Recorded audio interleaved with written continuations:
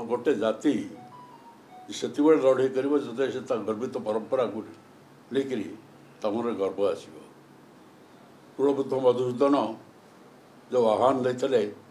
से आह्वान तो आप जानते स्वाभिमान जो दिन पतन होड़ा जातिर से जाति मृत हो तोषामत कर कौन जाति बड़ है कहले तू परवा भाईछु तोषामत कर बढ़ाइबू जाति मान तोषा मध्यार कुकुर प्रकृति अंठा पतर धन केते कड़ा भाषा से कहते जाति कि भाव संगठित कर समग्र जातिर जिते बरपुत्र समस्त एकत्रित कर लड़ाईटा आरंभ कले स्वतंत्र उत्कल प्रदेश आम पाइले ओडिया भाषा भाषा नए जो चार साल ओडिया भाषार अस्तित्व लोप करदे फकीरमोहन सेनापति जो भाव में आपण जानते समग्र साहित्यिक मान को एकत्रित कर संग्राम कलम चलैले ये से एक जुग स्रष्टा हो पाइक विद्रोह ता विषय तो विच्छंद चरण पट्टनायक जी लिखिले जे श्रीकुर्खा राजपूत मानिदेले हार स्वाधीनता दीप निभिगला भारतर उत्कलर खंडायत तथापित तरवारी कल नहीं नत यहाँ गोटे खंडायत जाति कारण गजपति जो सेना कहीं गोटे पाइक बोली किसी लोग कहते पाइक से गोटे स्वतंत्र संप्रदाय ओडार समस्ते पाइक जी सेना पाइक हूँ पदातिक सेना एवं ये हूँ ये एक जाति जे ये प्रत्येक जातिर लोक तबला करती संग्राम जो गजपति जो सेना ये तो दिग्विजय जाति है दिग्विजय कपिलेन्द्र थे महामेघवान खारबल थे इतिहास रचना करते निश्चेत होमती रही से भी जंत्रणा मनीष छटपट होता मुझे जो आलोचना कर तो प्रधानमंत्री शुणी उत्क्षिप्त हो उठे तेणु आप जानते कौन हो तेणु यहाँ ये जो लड़ईटा चलता यहाँ चलता था बीजेपी लड़ई ऊपर को मुझे यहाँ ओडिया जातिर लड़ई था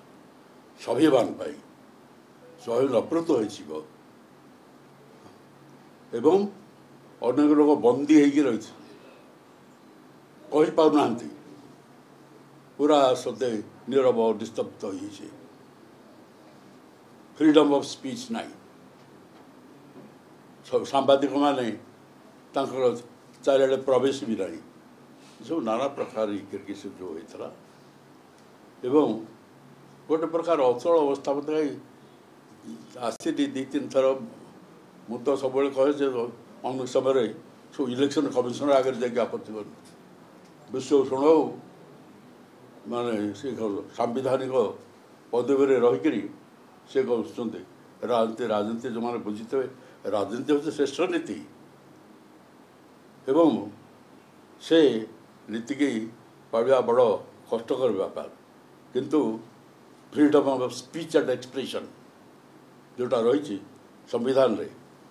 ताकू के नहीं पारे तेणु आज बड़ आनंदर दिन आशा एक प्रकार मुक्त होती अनेक बंधु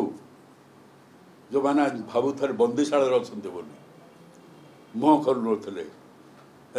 से आज मुक्त हो विजयी तो विजय हेले जो मैंने लड़ाई करते अनेक बंधु जो मैंने आत्मा कांदुला आत्मसम्मान साथ जाता बोली मो आगे से कहती हाँ से अनेक मुक्त हो एक परिवेश से मुझे चाहूँ जो जातिर स्वाभिमान पूरा आंश आसो जातिर गर्व गौरव उपर आंश आसो तार साहित्य भाषा माने आपणकर साहित्य एकाडेमी अच्छी से कौन होती से गुड़ाक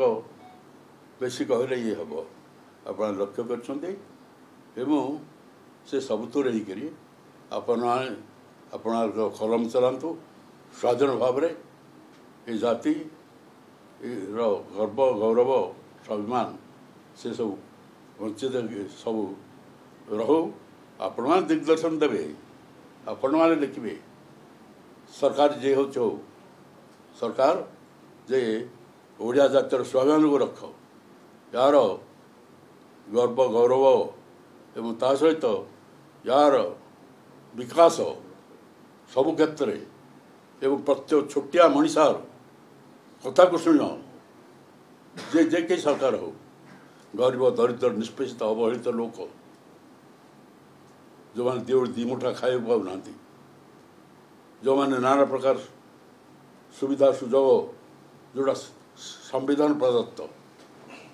से वंचित होती से कथा को शुण शासक जे कही हो सी प्रत्येक लोक शुणवार अच्छी आवश्यकता और इन रही अधिक